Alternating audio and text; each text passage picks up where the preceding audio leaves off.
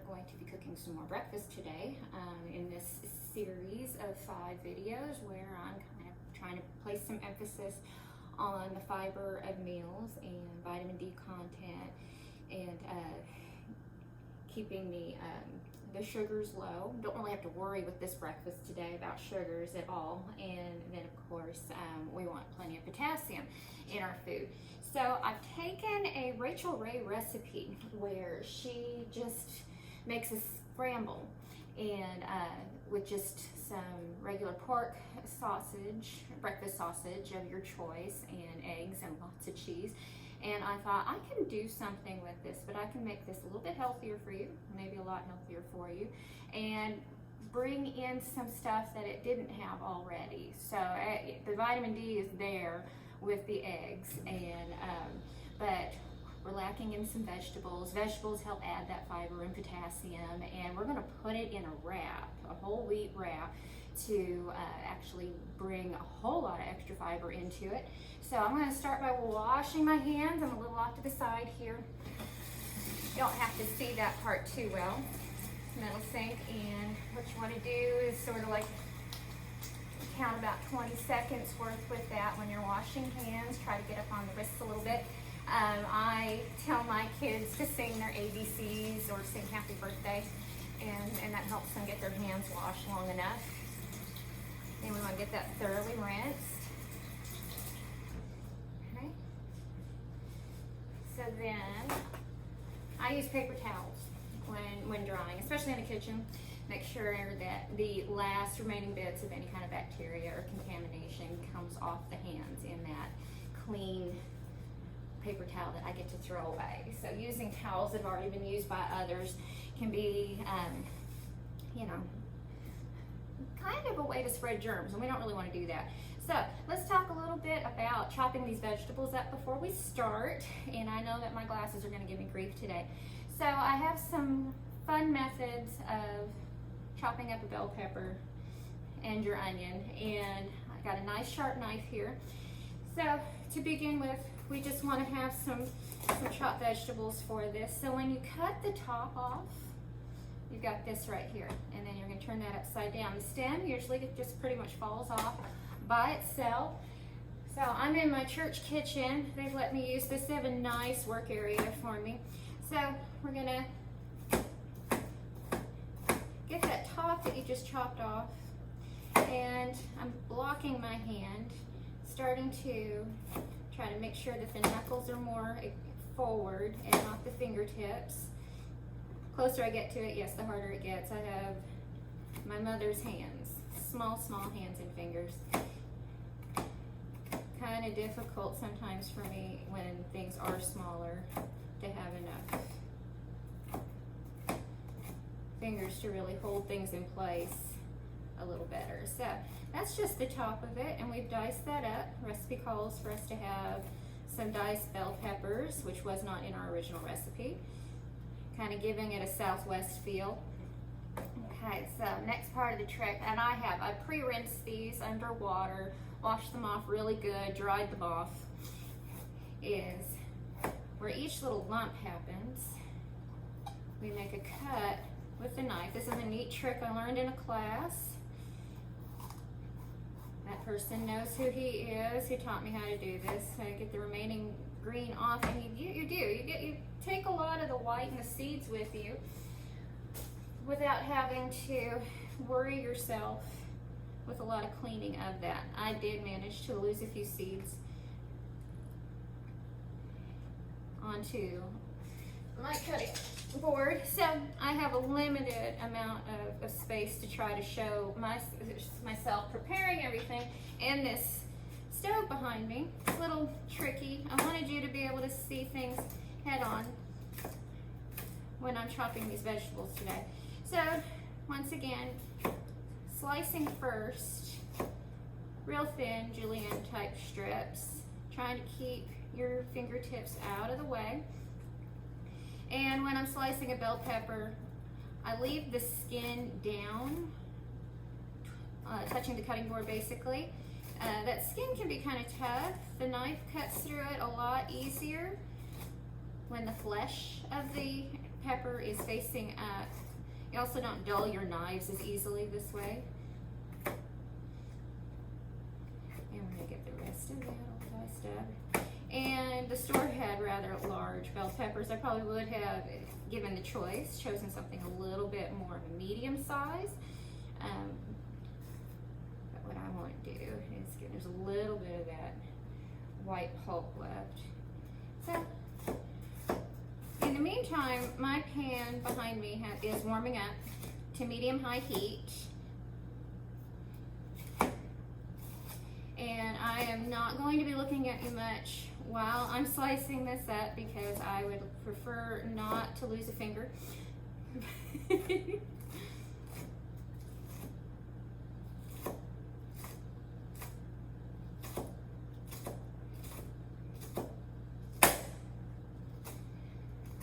So what I love about this recipe is that I get to really show how we can make breakfast.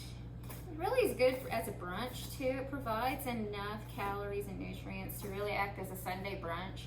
I am more of a make family breakfast on Saturday person.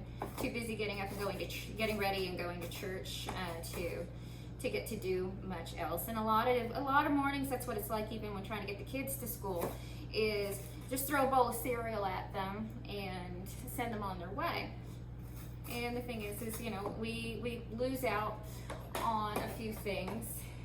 We do get some vitamin D in the milk they might have in their cereal. Hopefully they're drinking maybe a glass of milk before they leave for the day too, to get what they need. The curly part here. So we're just about done dicing that up. I almost decided to have it already diced up for you, but I did want to show you that technique that actually makes it a lot faster.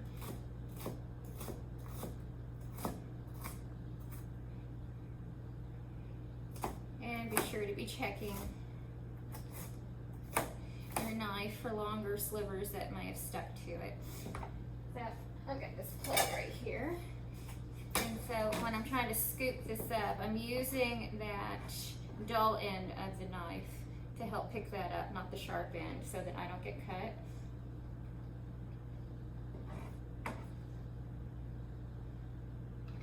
And you may lose a few pieces onto the counter. That's okay. We have, in my case, I have way too big of a pepper probably anyway. It's good. I like bell peppers. I like getting plenty of it.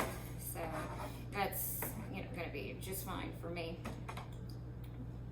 But, so vegetables get to all be cut on the same cutting board, especially when they're going into the same dish. But I am going to take this clean paper towel and wipe up some of that moisture so that I don't have a lot of slipperiness. So I'm going to get this onion right here next. So I've already peeled it and I've left that furry end on the bottom on. So I'm going to cut this onion in half straight through that. And this is going to help hold the rest of the onion together.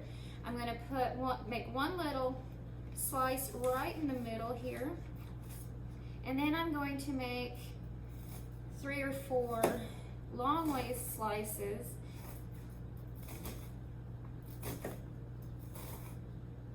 So that when I go to cut right here, it dices it up real nice for me.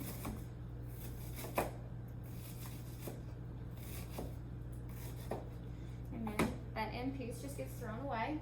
The church is nice enough to keep a trash can on either side of this island. That works out really well for me. So kind of depending on where I'm standing or where my brain is, I can throw away everything in either direction and not really have to worry about it. And it's good to get things out of your way as you finish so that you're not cluttering up the workspace. Leaves more room for making mistakes. So once I get these, and this was a lot easier than the bell pepper. Once I get these diced up like this, I'm just going to go back over it with my knife and just try to get that a little bit finer because some of the pieces do come out bigger than the others.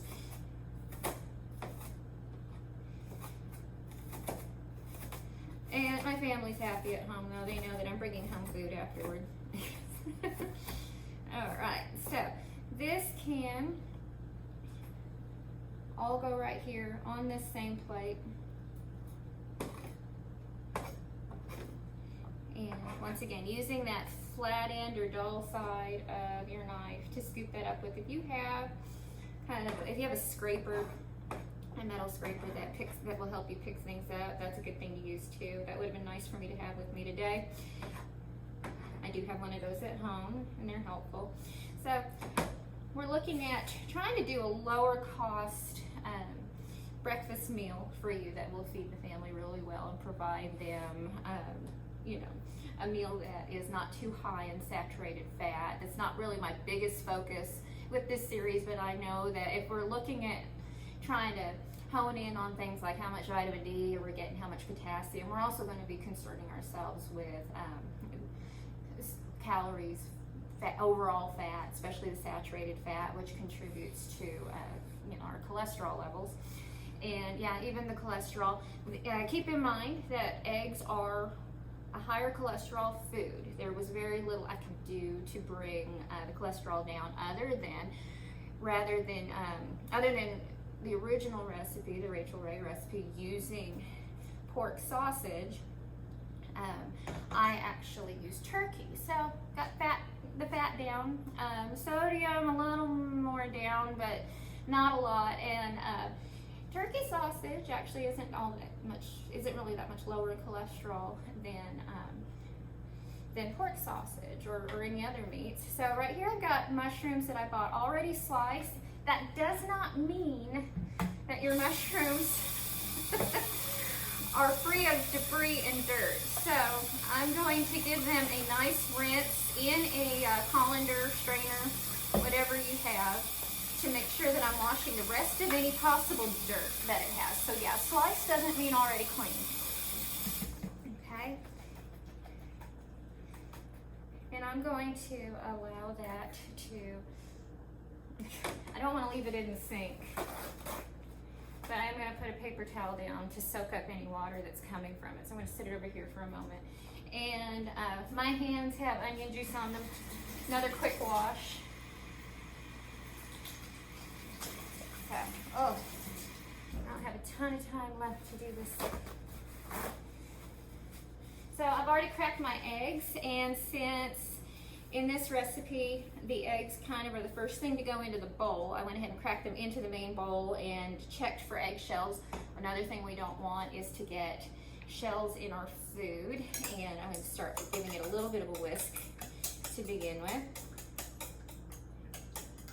And actually, I think I've got this heated up enough over here now, and my cooking spray is not in front of me. So, I think what I'm going to do is chance it. It is a nonstick skillet. So if you don't feel brave enough about your skillet, I was going to suggest that you use some canola oil cooking spray or vegetable oil spray. Don't need any extra oil added with this. I just want to make sure it's not sticking to our pan. I'd already put it into a bowl and kind of mushed it up a little already. And I'm trying not to have my back to you too much. So I'm using a wooden spoon.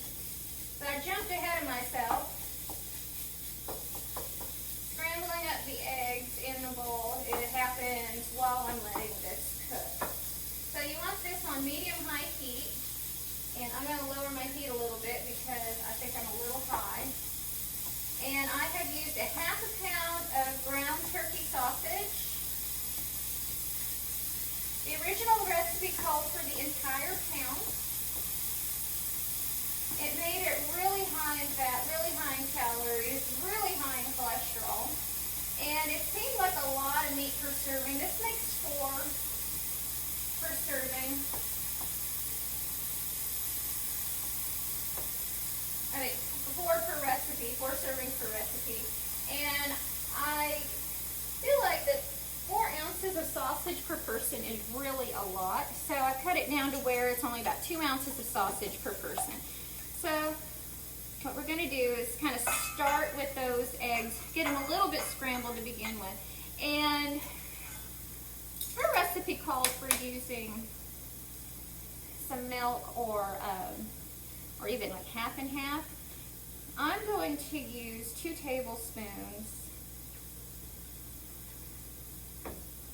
of non-fat plain Greek yogurt to provide that creaminess and fluffiness to our recipe. And I managed to catch that whisk handle before it got all the way into the eggs. And so I'm going to whisk up that yogurt into the eggs instead.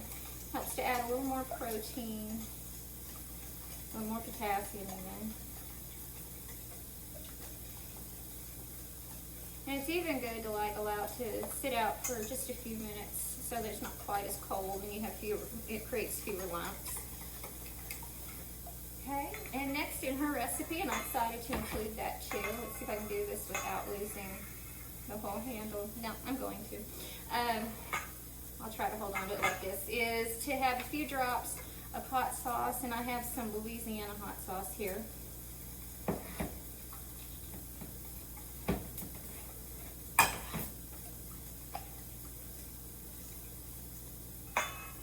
And then let's go ahead and,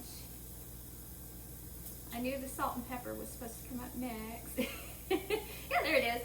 So my print is really small. So just a little bit to taste. I have an electric pepper grinder. I still tend to shake it anyway, so I don't know why I bother with the electric. So a little bit of pepper. I'm only going to put like a little tiny pinch of salt in there. I can probably go just a tiny bit more. And I don't really have that entirely figured into the entire sodium content of the recipe because a lot of that's going to depend on how much you actually end up putting in the long run. I feel like the sausage adds salt, even that hot sauce adds salt.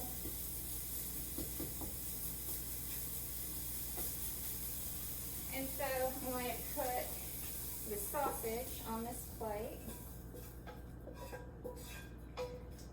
for just a moment. Okay, until I'm sure I'm done with these eggs. So next thing I'm going to do though is I'm going to add, let's see, I think I said it was going to be a tablespoon of canola oil. And I think what I would like to do, there it is, find myself a real tablespoon. It took me a little out of frame. And this burner gets pretty hot, so we want about a tablespoon. And the oil will heat pretty quickly at this point. Let's swish around a little bit. I'm going to add my vegetables, starting with my onions and my peppers, into this pan.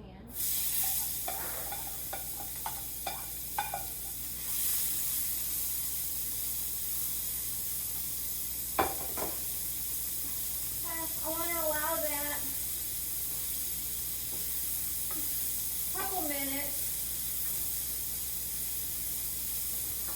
You'll start to see your onions getting clearer and clearer. So 1 or 2 minutes to let those onions cook.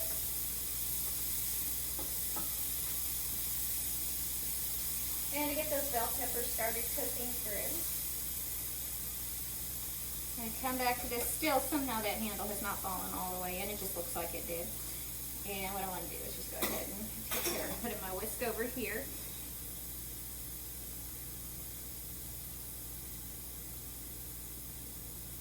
Okay, so we've given it about a minute. I'm going to now put in these mushrooms. Mushrooms don't take very long to cook, so I allow the other to go first.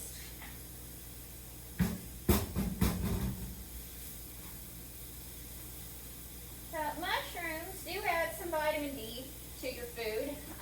It's not a lot.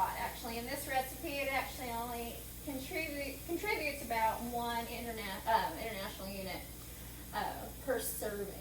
So mushrooms are like the only plant-based food where you can get some vitamin D from. Of course, the non-food source is the sun. We can get it in egg yolks. So some of our organ meats like beef liver and then things like, you know, salmon, swordfish, which is, you know, not something you come by every day. So, but you get a small amount, and all I managed to do in this recipe is just add 1 extra international unit of vitamin D to this recipe because, yeah, it doesn't give you a lot. So we're going to go ahead and let the meat be added back in.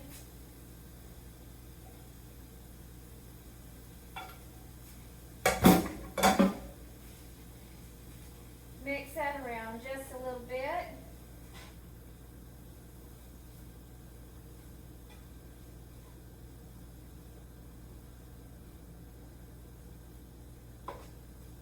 Some of the mushroom slices, when they're pre-sliced, are a little bit big. If you feel inclined to, you can even like cut some of that down a little bit. So now we're going to add our eggs over the whole thing.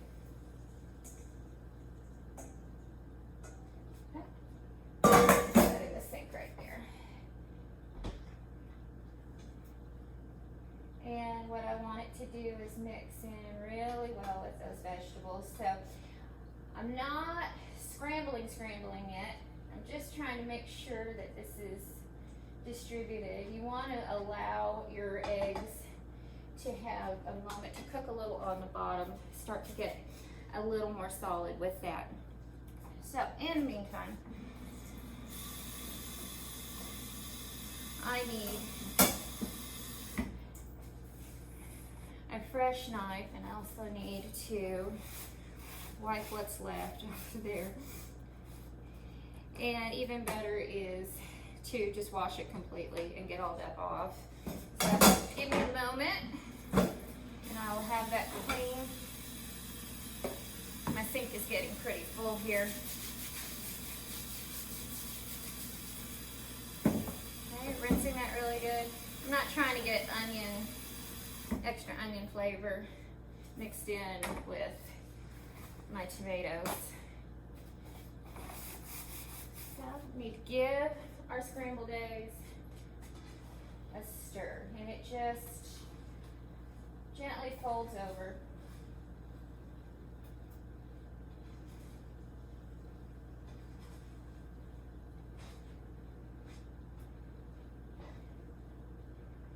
And letting that cook a little more.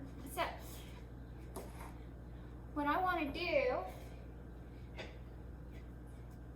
is put some diced tomato over this when we get to the end of it.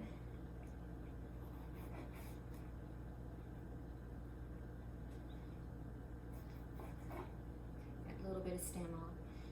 So once again, we're just going to kind of julienne that.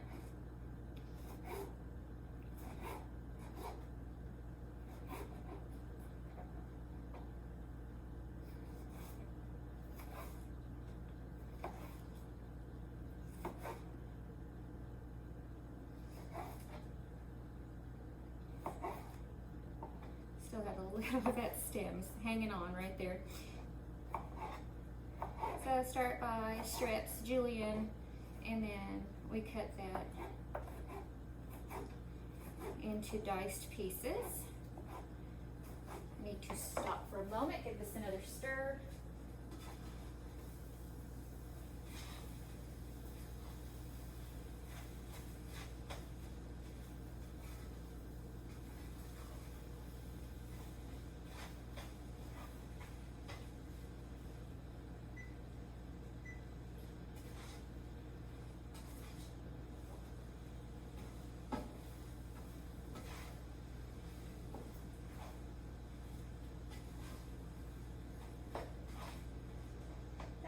Vegetables in kind of might even increase that cook time just a little bit, although I think mostly what feels longer about it is just having prepared them in the first place, all the dicing.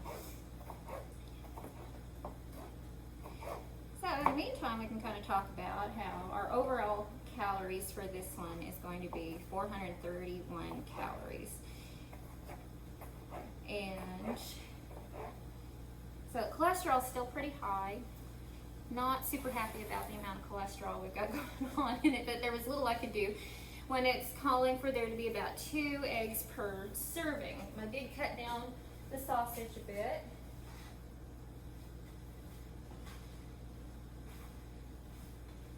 Looks like I still need a couple more minutes of cooking on those eggs. But I'll give you some comparisons between the two recipes. So the Rachel Ray recipe that has like no vegetables in it other than sprinkling some tomato on top at the end is actually 676 calories per serving compared to our 431. So the total fat was 55 grams for her. So I got that fat down to 19 grams. And saturated fat is only 4 grams compared to her 20. So carbohydrate content on ours is much higher because we're going to be using a whole wheat flour tortilla. And but if you don't like the idea of the tortilla and you just want your scramble, I would say go ahead and do that and maybe make some whole wheat toast or whole wheat English muffin to have on the side with it, and then you're getting some extra fiber in with that too. So our fiber content is 6.5 grams, and compared to none for the other recipe. And then so potassium is at 542 milligrams, which is fantastic. So there is, I had to actually figure out the potassium myself for hers. It didn't show it in the recipe, and hers was only about 150 milligrams of potassium. And the vitamin D was about the same. So because of the eggs, you get 100 international units for the eggs. And then I just managed to add one more international unit by adding some mushrooms into mine.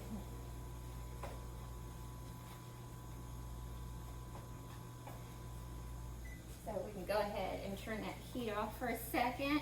And so, I mean, overall I'm really happy. The recipe by Rachel Ray actually cost $1.42 per serving, where I managed to get that cost even with adding things in. The only thing that kind of got removed was a lot of the cheese, where I only am suggesting sprinkling about a tablespoon of cheese on top with your tomato and then folding it into your tortilla. And then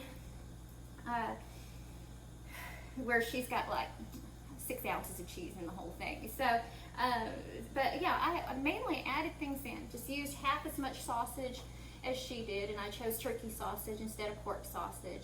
And then finally, yeah, adding fiber and reducing the cheese makes me pretty happy. I'm going to grab my warmed tortillas, and I think my cheese got moved from the fridge. So what we're going to do is grab another plate. This has me so zoomed in that you can't see much of me when I have to step away. So we'll grab one of these whole wheat flour tortillas, and we're going to take this spoon right here and remove that from its heat now.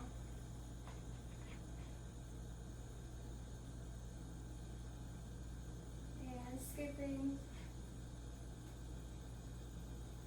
some of your scramble into your tortilla.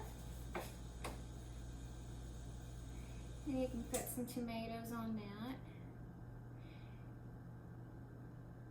And yeah, I sprinkle on just a little bit, about a tablespoon worth of cheddar cheese. Wrap that up, and you've got yourself, oh, I need to stay right here. I'm going to fall out of print. Got yourself a nice little turkey wrap. So I hope you enjoy that. Your recipe is going to be in the description, along with all the nutrition facts for this, and some nutrient density and cost effective information in case you want to know how much nutrition you're getting for your dollar for this particular recipe. So this is my turkey sausage scramble wrap with a little bit of cheese and veggies, and I hope you enjoy it, and I'll be back again soon with some more recipes. Have a good one.